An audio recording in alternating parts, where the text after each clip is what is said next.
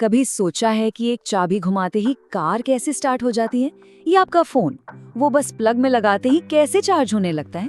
इन सब के पीछे ना एक ही अदृश्य शक्ति है, इलेक्ट्रोमैग्नेटिज्म। तो चलिए आज इसी अदृश्य कनेक्शन के राज खोलते हैं। तो आगे बढ़ने से पहले एक सवाल है। इलेक्ट्रिक मोटर, जनरेटर और लाउडस्पीकर, ये तीन बिल्कुल अलग अलग डिवाइसेस हैं, है ना? लेकिन इनमें एक चीज कॉमन है। क्या हो सकती है वो? इसका जवाब एक ही फंडामेंटल सीक्रेट में छुपा है, और वो सीक्रेट है इलेक्ट्रोमैग्नेटिज्म। ये बिजली और चुंबकत्व यानी मैग्नेटिज्म के बीच का कह सकते हैं एक जादुई रिश्ता है। आसान शब्दों में समझे तो जब भी किसी तार में करंट दौड़ता है तो वो तार एक चुंबक की तरह काम करने लगता है। बस यही वो एक आइडिया है जो उन सभी डिवाइस को आपस में जोड़ता है। तो इस कहानी का पहला एक्ट मतलब पहला हिस्सा ये समझने की कोशिश करते हैं कि ये सब शुरू कैसे होता है। ये सफर शुरू होता है बिजली से, जो एक मैग्नेटिक फोर्स, एक चुंबकीय शक्ति को जन्म देती है। ये चीज ना बड़ी आसानी से घर पर भी करके देख सकते हैं। बस एक कील लीजिए, उस पर थोड़ा तार लपेटिए और एक छोटी सी बैटरी से जोड़ दीजिए। जैसे ही आप तार में करंट दौड़ाएंगे, वो मामूली सी लोहे की कील, जानते हैं क्या होगा? वो अचानक एक चुंबक बन जाएगी। ये इलेक्ट्रोमैग्नेटिज्म को अपनी आंखों से काम करते देखने का सबसे सीधा, सबसे आसान तरीका है। अच्छा, जो हमने अभी अभी एक्सपेरिमेंट में देखा ना, उसी को साइंस की भाषा में कहते हैं ऑर्स्टेड का नियम। ये पहला और सबसे जरूरी नियम है। जहां करंट होगा वहां मैग्नेटिक फील्ड होगी ही होगी। ये यूनिवर्स का एक फंडामेंटल नियम है। मतलब आप यहाँ हो या किसी दूसरी गैलेक्सी में, ये नियम नहीं बदलता। ठीक है, तो ये तो समझ आ गया कि एक मैग्नेटिक फील्ड बनती है, लेकिन अगला सवाल कि वो जाती किधर है, उसकी दिशा क्या होती है? क्या इसका पता लगाने का कोई तरीका है? हाँ, बिल्कुल है। और इसके लिए हमारे पास है राइट हैंड थंब रूल। जरा अपना दाहिना हाथ आगे लाइए। अब सोचिए कि आपने उस तार को पकड़ा हुआ है और आपका अंगूठा वो करंट की दिशा में है। तो अब देखिए आपकी उंगलियां जिस तरफ मुड़ रही है ना, बस वही है मैग्नेटिक फील्ड की दिशा, है ना? एकदम सिंपल। तो अभी तक हमने देखा कि करंट से चुंबक बनता है, लेकिन क्या इसका उल्टा भी हो सकता है? क्या चुंबक से करंट बन सकता है? और यहीं से हमारी कहानी में आता है दूसरा और उतना ही जबरदस्त मोड़। ये जो स्लाइड है ना, ये इलेक्ट्रोमैग्नेटिज्म का दिल है, उसकी आत्मा है। ये सिर्फ दो अलग अलग नियम नहीं है, बल्कि एक ही सिक्के के दो पहलू हैं।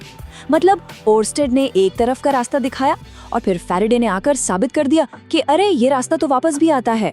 नेचर का यही बैलेंस, यही सिमेट्री हमारी पूरी टेक्नोलॉजी की दुनिया का बेस है। और इसी को कहते हैं फैराडे का लॉ ऑफ इंडक्शन। इसका मतलब है कि जब भी आप एक तार के पास किसी चुंबक को हिलाते हैं तो उस तार में अपने आप बिजली, एक वोल्टेज पैदा हो जाता है। जरा सोचकर देखिए, बिना इस एक सिंपल से आइडिया के हमारे पावर प्लांट काम नहीं करते, हमारे घरों में बिजली नहीं आती। ये बात सुनने में कितनी छोटी लगती है, लेकिन इसने सच में दुनिया बदल दी। लेकिन सवाल फिर वही, जो करंट पैदा हुआ वो किस दिशा में बहेगा? इसके लिए है लेंज का नियम। इसे विरोध का नियम भी कह सकते हैं। ये बड़ा मजेदार है। ये कहता है कि करंट हमेशा उस वजह का ही विरोध करेगा जिसने उसे पैदा किया है। ये ऐसा है जैसे नेचर कह रहा हो, नहीं, इतनी आसानी से नहीं। ये हमेशा एक बैलेंस बनाए रखने की कोशिश करता है।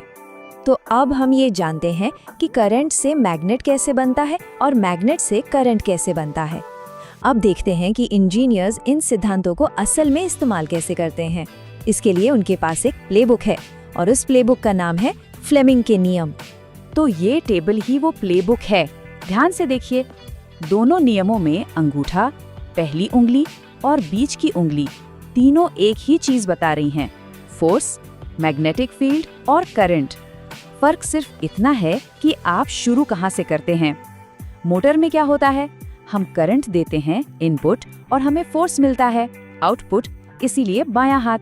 और जनरेटर में हम मोशन यानी गति देते हैं इनपुट और हमें करंट मिलता है आउटपुट, तो उसके लिए दाहिना हाथ। कितना सिंपल और शानदार सिस्टम है ना? तो चलिए अब इन सभी धागों को एक साथ जोड़ते हैं और देखते हैं कि जिन नियमों की हमने अभी बात की, उन्होंने हमारी दुनिया को असल में कैसे बदला है। ये सिर्फ किताबों की थियरी नहीं है, ये हमारे चारों ओर मौजूद टेक्नोलॉजी की जान है। हमारे ईयरफोन में लगे छोटे से स्पीकर से लेकर उन बड़ी बड़ी मैग्नेटिक क्रेनों तक जो पूरी पूरी कार उठा लेती हैं, सब कुछ इन्हीं नियमों पर चलता है। इलेक्ट्रिक मोटर, जनरेटर, ट्रांसफार्मर, ये लिस्ट बहुत लंबी है।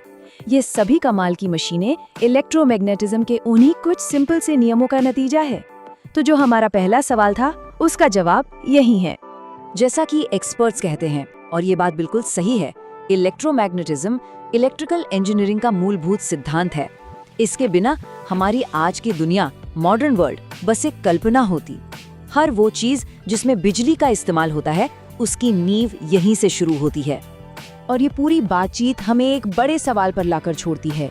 इलेक्ट्रोमैग्नेटिज्म की तरह ही और कौन सी ऐसी अदृश्य शक्तियां हैं, कौन से ऐसे इनविजिबल फोर्सेस हैं जो हमारी जिंदगी को हर दिन, हर पल एक शक्ल दे रही हैं? इस पर जरूर सोचिएगा।